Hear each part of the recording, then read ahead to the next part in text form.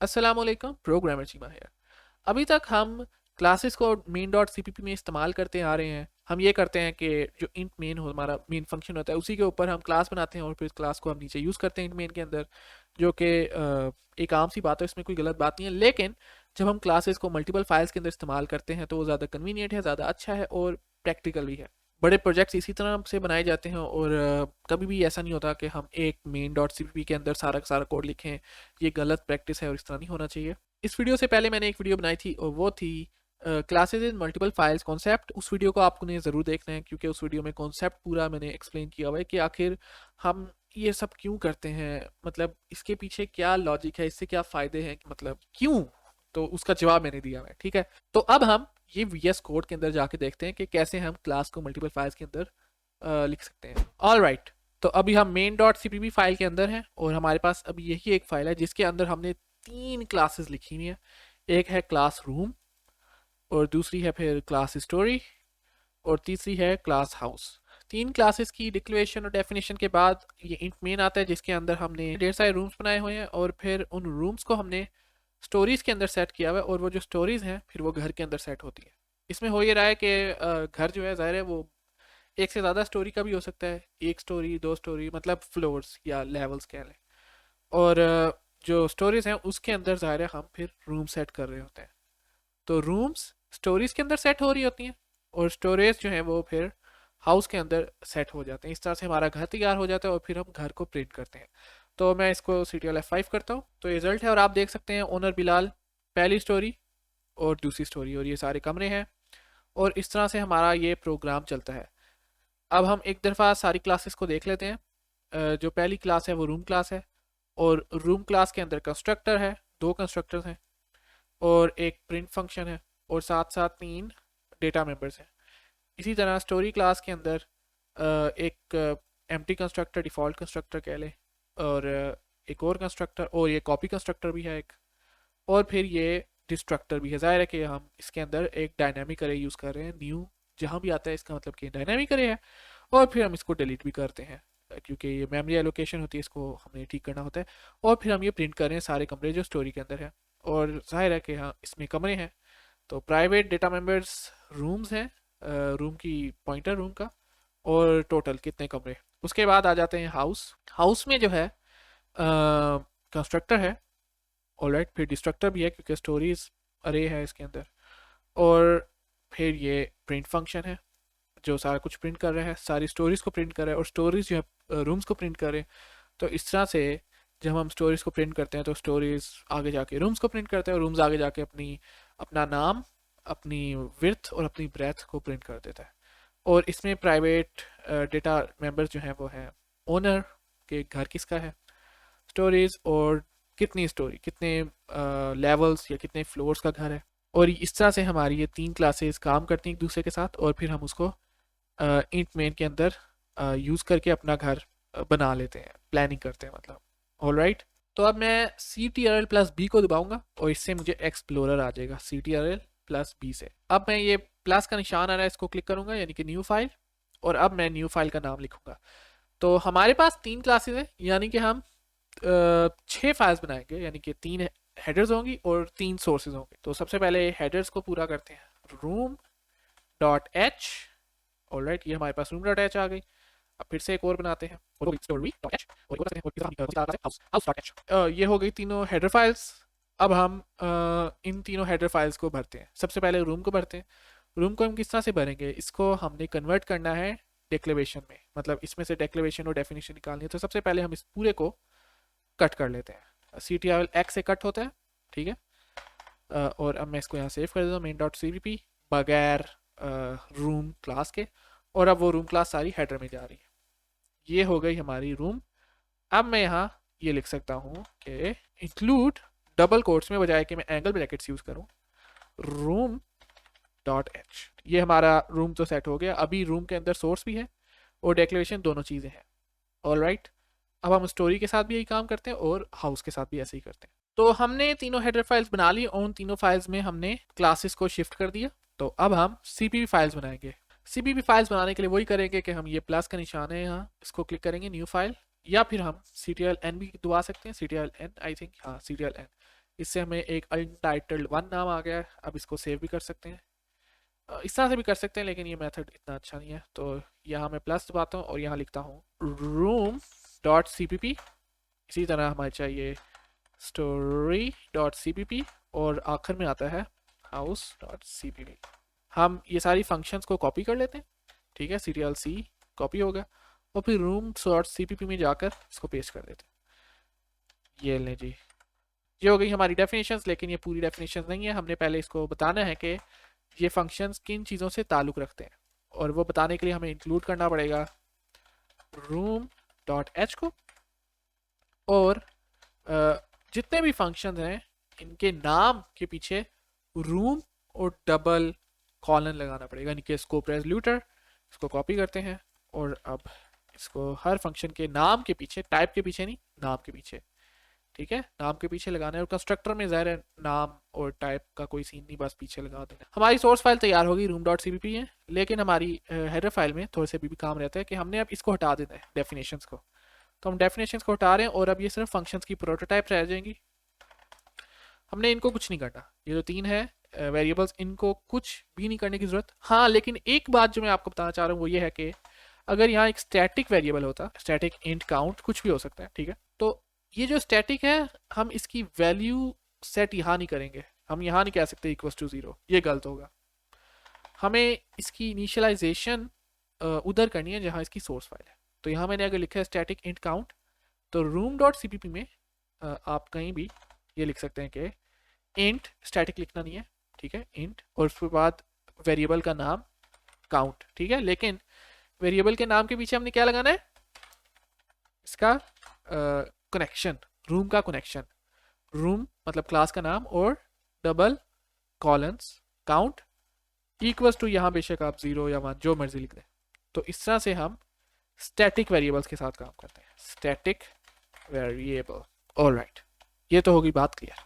इसको मैं हटा देता हूँ क्योंकि इसका हमारी क्लास के साथ कोई ताल्लुक नहीं है, ना होना चाहिए। दूसरी बात यह है कि क्लास को डिक्लेयर करने के लिए हम इस तरह करते हैं, क्लास रूम और सेमीकोलन, यह है क्लास की डिक्लेरेशन।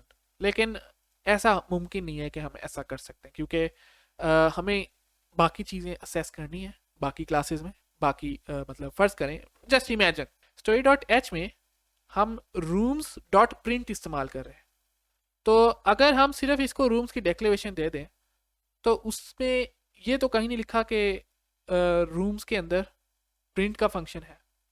मेरी बात समझ रहे? तो ये बहुत ज़रूरी है कि जब हम डिक्लेरेशन करें तो दर हकीकत हम डेफिनेशन लिख रहे हैं। एक मिनट मैं जाता हूँ, क्लास की डेफिनेशन लिखिए और क्लास की डेफिनेशन के अंदर सारी डिक्लेरेशन है, दैट्स हाउ इट वर्क्स। और क्लास की डिक्लेरेशन से हम काम नहीं कर सकते, काफ़ी नहीं है, तो हम क्लास की बेयर बोन्स डेफिनेशन लिखते हैं जिसके अंदर सारी डिक्लेरेशंस होती हैं, उसको हम हेडर कहते हैं, क्लास की हेडर। ऑलराइट, ये एक थोड़ा सा शायद पेचीदा कॉन्सेप्ट है, लेकिन ये बहुत काम करेगा, आपको बहुत काम आएगा ये। अब मैं यहाँ लिखता हूँ हैश इंक्लूड स्ट्रिंग, क्यों? क्योंकि ये स्ट्रिंग यूज़ कर रहा है, जैसे कि आप देख सकते हैं स्ट्रिंग नेम, तो ये स्ट्रिंग यूज़ कर रहा है, और ज़ाहिर है अगर स्ट्रिंग यूज़ कर रहा है तो इसका मतलब ये है कि हमें यहाँ लिखना पड़ेगा using name space S T D, या फिर हम ये भी कर सकते हैं कि जितना भी स्ट्रिंग है उसके पीछे एस टी डी लिख दें। ओके, नेम स्पेसिस वाला कॉन्सेप्ट है, ये हमने नहीं करना। ये इस तरह से हमने पूरी हेडर फाइल हमारी तैयार है। ये है रूम क्लास की हेडर, लेकिन चूंकि हम क्लास रूम जो है उसको डिफाइन कर रहे हैं, उसको डिक्लेयर नहीं कर रहे, मतलब जाहिर है कि क्लास रूम को डिफाइन करने के बाद उसके अंदर जो चीज़ें वो डिक्लेयर हो रही हैं, लेकिन रूम क्लास जो है वो तो एक तरह से डिफाइन हो ही रही है, तो उसको बचना है, उससे बचना है। तो उसके लिए हम ये कर सकते हैं कि हम यहाँ लिख सकते हैं इफ एंड इफ, जो कि हमने हेडर्स एंड प्रोटोटाइप्स की वीडियो में भी किया था, हालांकि उसमें ज़रूरत नहीं थी। If not defined, if and if मतलब इफ नॉट डिफाइंड रूम, ठीक है, देन डिफाइन रूम, कि एक दफ़ा रूम डिफाइन कर दो अगर रूम नहीं डिफाइन हुआ, और जाहिर है कि एक दफ़ा रूम डिफाइन हो गया इसका मतलब इफ़ नॉट डिफाइंड फॉल्स होगा और ये कभी भी डिफाइन नहीं करेगा फिर से। तो that's how it works. And if यानी कि इफ़ को ख़त्म करना है, तो इस तरह से हमारा ये रूम का हेडर अब पूरा हो गया, 100% कंप्लीट, और कुछ नहीं हमें करने की ज़रूरत। ये है room dot C P P, इसमें सिर्फ डेफिनेशन है और ये फंक्शंस की डेफिनेशन है और कुछ भी नहीं है। और गौर करें कि हम यहाँ स्ट्रिंग यूज़ कर रहे हैं, लेकिन रूम डॉट एच में स्ट्रिंग इंक्लूड हुआ हुआ है, तो हमें रूम डॉट सी में स्ट्रिंग इंक्लूड करने की बिल्कुल भी ज़रूरत नहीं है, एम ही मतलब डुप्लीकेट हो जाएगा। लेकिन हमें यूजिंग नेम स्पेस एसटीडी की आई थिंक ज़रूरत है। इसी तरह अब हमने स्टोरी डॉट सी को भरना है, इसके अंदर डेफिनेशन होनी चाहिए और स्टोरी डॉट एच के अंदर डिक्लेरेशन होनी चाहिए। तो मैं इस सारे कोड को यहाँ से कॉपी कर रहा हूँ, CTRL-C से कॉपी होता है,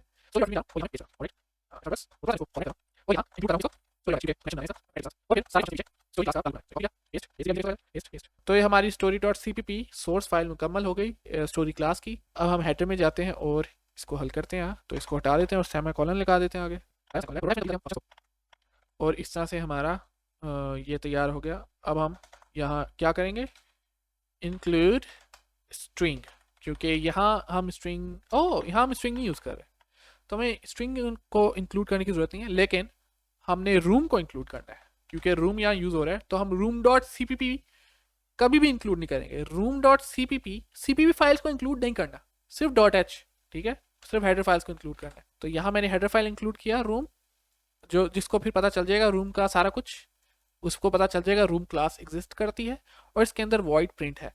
और अगर हम स्टोरी डॉट CPP में जाएंगे तो यहाँ प्रिंट के अंदर हम रूम के प्रिंट फंक्शन को यूज़ कर रहे हैं, हम रूम की क्लास को इस्तेमाल कर रहे हैं, उसके अंदर प्रिंट को यूज़ कर रहे हैं, जो कि हमें हेडर बता रहा है कि हाँ ये एग्जिस्ट करती है।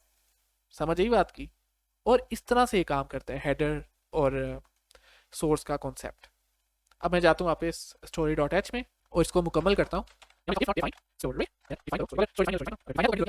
एक दफ़ा डिफाइन होगा, उसके बाद फिर नहीं होगा कभी भी डिफाइन, अगर जितना मर्जी बार हम स्टोरी डॉट एच कहीं भी इंक्लूड कर लें, या same for room dot H. तो that's how it works. Alright, तो हमारा ये डन हो गया। अब मैं मेन डॉट CPP में जाता हूँ वापस, और यहाँ हमने तीनों डॉट एच को इंक्लूड किया हुआ है, लेकिन इसकी ज़रूरत नहीं है, ठीक है। तो ये मैंने ऐसे ही इंक्लूड कर दिया गलती से।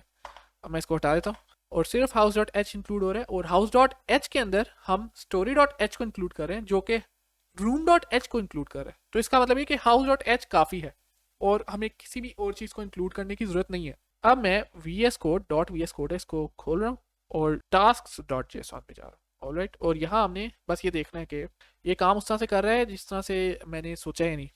तो ये आर्ग्स में आप ये देखेंगे कि -G फाइल -O का मतलब है ऑब्जेक्ट फाइल, कि हमने फाइल का ऑब्जेक्ट फाइल बनानी है।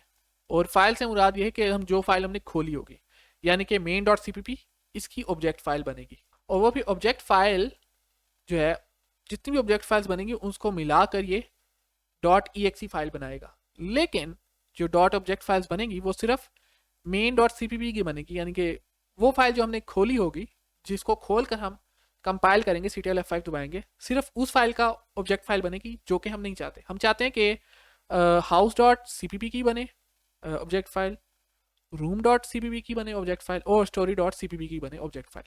तो हम ये किस तरह से कर सकते हैं? तो अब हम फाइल की बजाय लिख देते हैं मेन डॉट CPP, और हम हर फाइल को अलहदा करके इंक्लूड करेंगे रूम डॉट CPP, और फिर आ जाती है स्टोरी डॉट CPP, और एंड पर आ जाता है हमारा हाउस डॉट CPP। तो इस तरह से हमने सारी CPP फाइल्स को जो है सेट कर दिया कि उसकी ऑब्जेक्ट फाइल्स बने, और वो फिर ऑब्जेक्ट फाइल्स मिलकर exe फाइल बनाए। मेरे ख्याल से ये शायद इस तरह से है कि -G जो है वो ऑब्जेक्ट फाइल्स बनाता है, और फिर -O जो है ऑब्जेक्ट फाइल्स को मिलाकर exe फाइल बनाता है। I am not sure about that 100%, ठीक है, मैं इतना इस पर गौर नहीं किया। बजाय कि हम सारी CPP फाइल्स को इस तरह से लिखें, जो कि काफ़ी काम हो सकता है अगर आपके पास 100 या 200 CPP फाइल्स हो, तो हम एक शॉर्टकट कर सकते हैं। वो ये है कि $workspace फोल्डर, यानी कि हमारा फोल्डर जिसके अंदर हम काम कर रहे हैं, ये जहाँ सारी की सारी फाइल्स हैं, ठीक है, इस फोल्डर के अंदर स्लैश, दूसरा स्लैश, और फिर 2 स्लैश, गौर करें कि 2 स्लैश यूज़ किए हैं, यहाँ सिंगल स्लैश नहीं एक्सेप्ट होता, डबल स्लैश एक्सेप्ट होता है। और अब हम लिखेंगे *CPP। इसका क्या मतलब है? इसका मतलब यह है कि वर्कस्पेस फोल्डर में जितनी भी CPP फाइल्स हैं उनकी ऑब्जेक्ट फाइल्स बना दो, सीधी सी बात है, और वो ऑब्जेक्ट फाइल्स बनकर उनकी exe फाइल बन जाएगी, ठीक है। तो ये आई होप कि आपको इस बात की समझ आई होगी, इतना मुश्किल नहीं है। मैं इसको क्लोज करता हूँ और अब मैं Ctrl F5 दबाता हूँ, बिस्मिल्लाह करते हैं कि प्रोग्राम चल जाए। Let's do it.